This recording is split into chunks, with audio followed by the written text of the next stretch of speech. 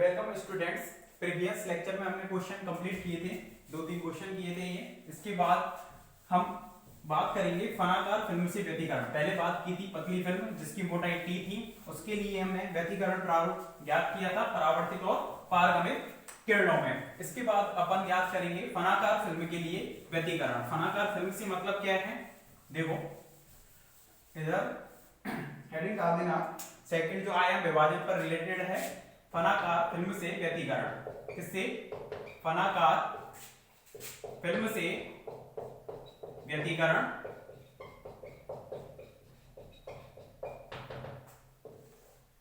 फनाकार film क्या है? दो कांच की प्लेटें हैं, उनको यदि एक एंगल पर रख दिया जाए, पहले तो बिल्कुल इस तरह से थी, समानांतर थी, अब हम प्लेटों को हम इस तरह से रख रहे हैं, एक तो इस तरह से, दूसरी को इस तरह से रख दिया, ठीक है, थीटा एंगल पर। कितने एंगल पर? थीटा एंगल पर हमने इस तरह से रख दिया। ये बिंदु O मान लिया, जहां पर इस तरह से रखी हुई है, एक तो सीधी है, दूसरी इस तरह से झुकी हुई है कोण पर, थीटा पर। तो अब कोई भी प्रकाश की किरण यदि यहां से आ रही है इस तरह से, पॉइंट ए कोई पर प्रकाश स्रोत रखा हुआ है, इससे प्रकाश की किरण आ रही है, तो आयाम विभाजन में होता क्या है? आंशिक परावर्तन और आंशिक अपवर्तन। तो पहले की तरह ही होगा। इस वाली पर थोड़ा अभिलंब इस तरह से है, तो अभिलंब भी इस तरह से होगा थोड़ा, ठीक है। तो यहां से कोण आई बनाकर आ रही है, तो इधर रिफ्लेक्ट हो जाएगी ये कोण आई पर ही, और अंदर विरल से सघन में जा रही है, तो झुककर इस तरह से निकलेगी। यहां पर इस तरह से होगा। इसको मैं थोड़ा चौड़ा करके बना देता हूं ताकि अंदर की स्थिति भी आपको दिख जाए। वैसे बहुत कम एंगल होता है ये थीटा, देखो इस तरह से, थोड़ा चौड़ाई ज्यादा ले ली मैंने, थीटा, ठीक है। तो यहां पर कोई भी प्रकाश की किरण इस तरह से आ रही है बिंदु ए से, यहां पर प्रकाश की किरण है वो अभिलंब से इधर की ओर जाएगी, इस तरह से रिफ्लेक्ट हो गई, उसको R1 बोल दिया। यहां से ये अंदर की ओर अपवर्तन हो जाएगा, फिर इस बिंदु से भी परावर्तन होगा, और फिर बाहर की ओर हो जाएगा इस तरह से। नेक्स्ट दिशा में प्रत्येक बिंदु से अपवर्तन और परावर्तन होगा। ये वाला एंगल इस तरह से होगा, ठीक है, अभिलंब से, और यहाँ पर बाहर की ओर निकल जाएगी इस तरह से। R1 R2 बोल दिया, इस तरह से यहाँ पर T1 हो जाएगी रिफ्लेक्टेड, और यहाँ पर भी दिखाना चाहो तो इस तरह से कि यहाँ पर इस तरह से बाहर की ओर निकल जाएगी T2, और अंदर की ओर भी जाएगी इस तरह से किरणें। इस तरह से लगातार चलता रहेगा जितनी फनाकार फिल्म होगी। तो ए से आ रहा है, परावर्तन अपवर्तन होगा, प्रत्येक बिंदु से अपवर्तन भी होगा और परावर्तन भी होगा। इस बिंदु को बोल दिया जैसे B, इसको बोल दिया C, इसको बोल दिया फिर D, फिर इसको बोल दिया हमने E। इस तरह से प्रत्येक बिंदु से क्या हो रहा है? अपवर्तन और परावर्तन हो रहा था। तो यहाँ पर जो फनाकार फिल्म है, फनाकार फिल्म के लिए जो फनाकार फिल्म के लिए परावर्तित जो किरणें हैं R1 R2 प्राप्त हुई, और पारगमित किरणें हुई हैं T1 और T2। परावर्तित किरणों में जो पथांतर आएगा, परावर्तित किरणों में जो पथांतर होगा, वो पथांतर कितना होगा? Delta equal to 2 mu T cos R. कितना तो आता था? 2 म्यू टी कॉस आर, लेकिन यहाँ थीटा पर डिपेंडेंसी है, इसलिए Q cos R plus theta. इतना होगा ये फनाकार फिल्म से जो व्यतिकरण प्रारूप या पथांतर जो भी आएगा हमारे पास, 2 mu T cos R plus theta, इतना आएगा। लेकिन चूंकि स्टोक के नियम से परावर्तित किरणों में अतिरिक्त पथांतर कितना और आ जाता है? अतिरिक्त पथांतर λ/2 का अंतर आ जाता है, ठीक है। तो ये अंतर यदि आ रहा है तो डेल्टा इक्वल टू कितना हो जाएगा? 2 mu T cos R plus theta. R कौन सा कोण है इसमें? ये आई हो जाएगा, ये भी आई हो जाएगा, ये वाला जो कोण है आर होगा, ठीक है, थीटा, और ये वाला जो कोण है यहाँ पर आर होगा, ये वाला, ठीक है, अपवर्तन कोण। तो 2 mu T cos R plus theta, और कितना अतिरिक्त पथांतर आ जाएगा? λ/2 का। तो यहाँ पर दोनों ही केस करेंगे। केस फर्स्ट, संपोषी के लिए, संपोषी व्यतिकरण के लिए, संपोषी व्यतिकरण के लिए कितना हो जाएगा बताओ? अगर हम संपोषी व्यतिकरण पर बात करें तो संपोषी व्यतिकरण के लिए जो पथांतर है 2 mu T cos R plus theta एक माइनस के λ/2 कितने के बराबर हो जाएगा, n लैम्डा के बराबर हो जाएगा। इसी तरह से लिख दो ताकि आपको याद रहे, इसको इधर ले जाएंगे तो 2n + 1 λ/2 हो जाएगा। तो इसी तरह से लिखे रहने देते हैं, जहां n इक्वल टू कितना होगा 0 1 2 3 एंड सो ऑन। संपोसी के लिए केस सेकंड पर बात करते हैं। विनाशी व्यतिकरण के लिए, यानी कि अगर हमें अदीप्त फ्रिंज मिल रही है तो विनाशी व्यतिकरण के लिए अब इसमें फ्रिंजें किस तरह से बनेंगी इस चीज का ध्यान रखना। जैसे फनाकार फिल्म इस तरह से है, इस तरह से ये फनाकार फिल्म, तो यहाँ पर ऊपर की ओर तो परावर्तन हो रहा है और नीचे की ओर किरणों का पारगमन हो रहा है, ठीक है। तो यहाँ पर जो फ्रिंजें हैं वो यहाँ पर इस तरह से प्राप्त होंगी, इस तरह से चल रहा है ये। तो पहले बिंदु ऊपर यहाँ पर जो होगी, बिल्कुल यहाँ पर ज्वाइंट है इनका, वहां पर तो मिलेगी अदीप्त, फिर दीप्त, अदीप्त, दीप्त, अदीप्त, ऊपर भी मिलेंगी। इसी तरह से नीचे भी दिखाई देंगी। तो वहां पर जो फ्रिंजें दिखाई देंगी, इस जो पटल हैं, जो भी समतल है, नीचे का समतल और ऊपर के समतल, उन पर दिखाई देंगी दीप्त, अदीप्त, इस तरह से, ठीक है। तो फ्रिंजें जो है वो एकांतर क्रम में होंगी। तो विनाशी व्यतिकरण के लिए कितना हो जाएगा, पथांतर 2 mu T cos r plus theta एक माइनस के λ/2, जो ये पथांतर है वो कितने के बराबर आएगा 2n + 1 λ/2 के बराबर, ठीक है। जहां जो n है वो कितने से बिलोंग करेगा 0 1 2 3 एंड सो ऑन, ठीक है। तो फनाकार फिल्म से व्यतिकरण, हेडिंग डालकर चित्र को बनाओ पहले।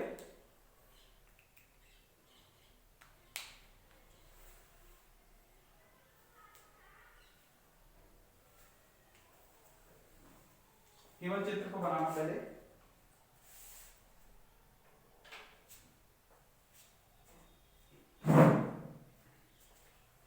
और जो भी इस कांच की पट्टी है, इसमें पहली पट्टी का और इसमें मोटी मतलब इस तरह से भरी हुई है अंदर से, इसका जो अपवर्तनांक होगा, जो फनाकार फिल्म है इसका अपवर्तनांक कितना मान लिया म्यू, ठीक है। क्योंकि फॉर्मूले में आ रहा था यहाँ पर म्यू, ये 2 mu T cos r plus theta. अब टी क्या है, टी तो इसकी मोटाई लगातार चेंज हो रही है, यहाँ पर कुछ है, यहाँ पर कुछ है, यहाँ पर कुछ है, यहाँ पर कुछ है। तो वो जो चेंज हो रही है वो n के संगत हम लेंगे कि n के संगत इसको हम किससे रिप्रेजेंट कर देंगे tn से, ठीक है। संपोषी व्यतिकरण में जो n की फ्रिंज मिल रही होगी, जैसे n की फ्रिंज यहाँ पर जाकर मिल रही है, ऊपर ही तो बन रही है इसके, तो n क्रमांक वाली दीप्त फ्रिंज मिल रही है, तो उसकी संगत जो चौड़ाई होगी वो किससे रिप्रेजेंट करेंगे हम tn से। लगातार मोटाई चेंज हो रही है, इसी तरह से यहाँ पर भी चेंज होगी, उसको हम tn से रिप्रेजेंट करेंगे। इस चीज का ध्यान रखना, क्योंकि लगातार मोटाई चेंज हो रही है तो उसमें टी को किसको लेंगे, तो वो एनवी फ्रिंज के संगत ही उसको T1 T2 T3 इस तरह से बोल दिया जाता है।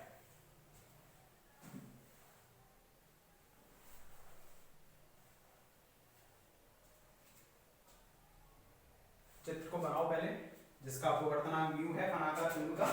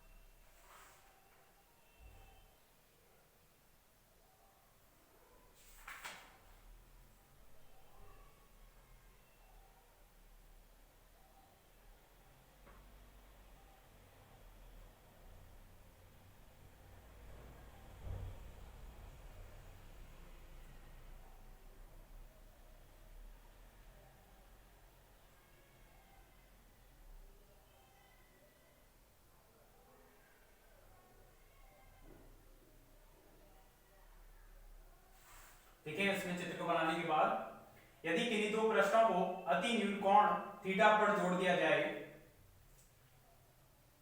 यदि किन्हीं दो प्रश्नों को अति न्यून कोण थीटा पर जोड़ दिया जाए, अब इनके बीच में कुछ भी भरा जा सकता है, द्रव को भरा जा सकता है, कांच ही रह सकता है, कुछ भी हो सकता है, ठीक है। उसी के हिसाब से उसका अपवर्तनांक म्यू हमें गिवन होगा क्वेश्चन में। यदि किन्हीं दो प्रश्नों को अति न्यून कोण थीटा पर जोड़ दिया जाए, तब बनने वाली फिल्म फनाकार फिल्म कहलाती है। तब बनने वाली फिल्म फनाकार फिल्म कहलाती है।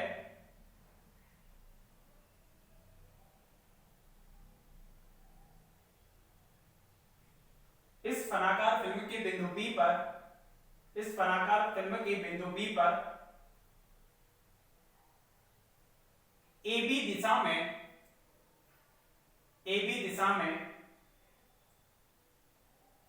लैम्ब्डा तरंगदैर्ध्य की एक प्रकाश किरण,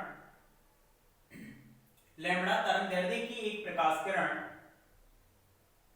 अभिलंब से स्मॉल आई कोण बनाती हुई आपतित होती है। लैम्ब्डा तरंगदैर्ध्य की एक प्रकाश किरण अभिलंब से स्मॉल आई कोण बनाती हुई आपतित होती है।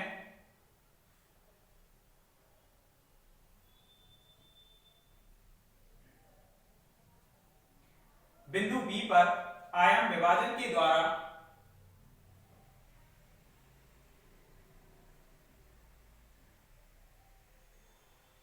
बिंदु बी पर आयाम विभाजन के द्वारा इसका कुछ भाग परावर्तित, इसका कुछ भाग परावर्तित BR1 दिशा में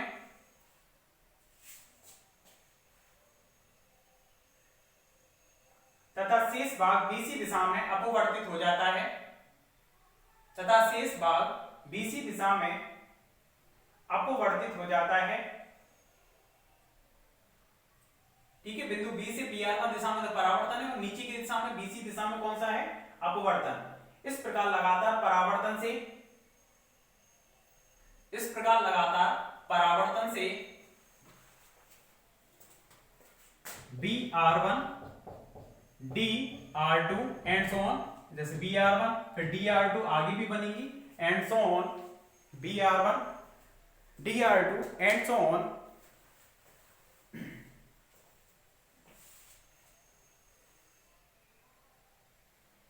परावर्तित किरणें प्राप्त होती हैं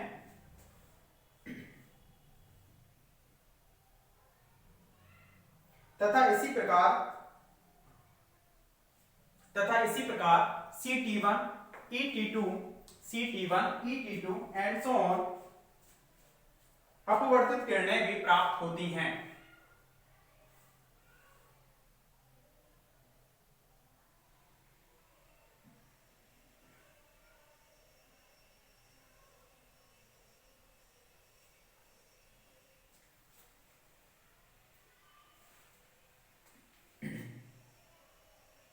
लिखना इसमें आगे, फनाकार फिल्म के लिए परावर्तित किरणों में पथांतर इतना होगा, स्टोक के नियम से अतिरिक्त पथांतर λ/2 आ जाएगा। पूरा कंप्लीट कर दो इसको, दोनों को।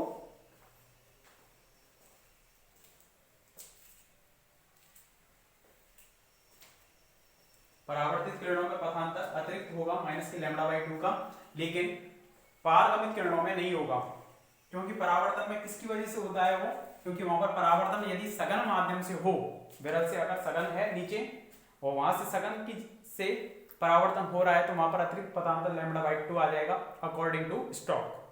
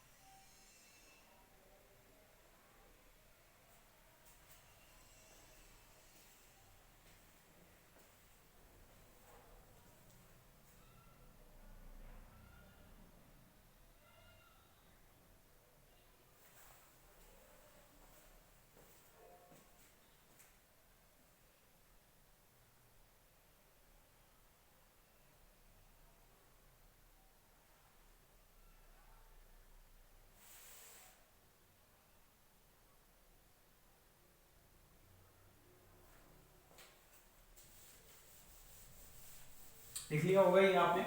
इसके बाद इसी में ही है पारगमित किरणों में पथांतर, ये तो परावर्तन में हो गया।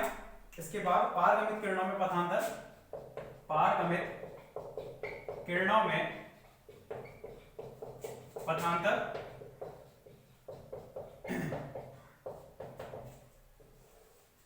ये हेडिंग डाल दो, पारगमित किरणों में पथांतर।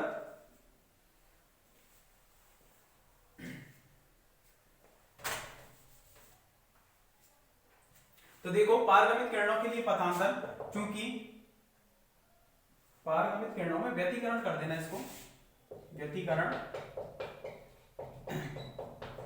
चूंकि पथांतर कितना होगा इनके लिए, delta equal to 2 mu T cos R plus theta. कितना का क्या आ जाएगा यहाँ पर, पथांतर आ जाएगा। पारगमित किरणों में जो व्यतिकरण के लिए पथांतर इतना हो जाएगा, चूंकि या केस फर्स्ट डाल देते हैं, केस फर्स्ट संपोषी के लिए, संपोषी व्यतिकरण के लिए, संपोषी व्यतिकरण के लिए ये कितना हो जाएगा, 2 mu T cos R plus theta equal to N lambda हो जाएगा। और एन कहां से बिलोंग करेगा, 0 1 2 3 एंड सो ऑन। इसी तरह से केस सेकंड विनाशी व्यतिकरण के लिए, यानी कि अदीप्त फ्रिंज के लिए, विनाशी व्यतिकरण के लिए ये कितना हो जाएगा, 2 mu T cos R plus theta equal to कितने के बराबर, 2n प्लस 1 लैम्डा बाई 2। विनाशी व्यतिकरण में पथांतर कितने के बराबर होना चाहिए, 2n प्लस 1 लैम्डा बाई 2 के, जहां जो n है वो बिलोंग करेगा कहां से, 0 1 2 3 एंड सो ऑन। लिख दो इसको।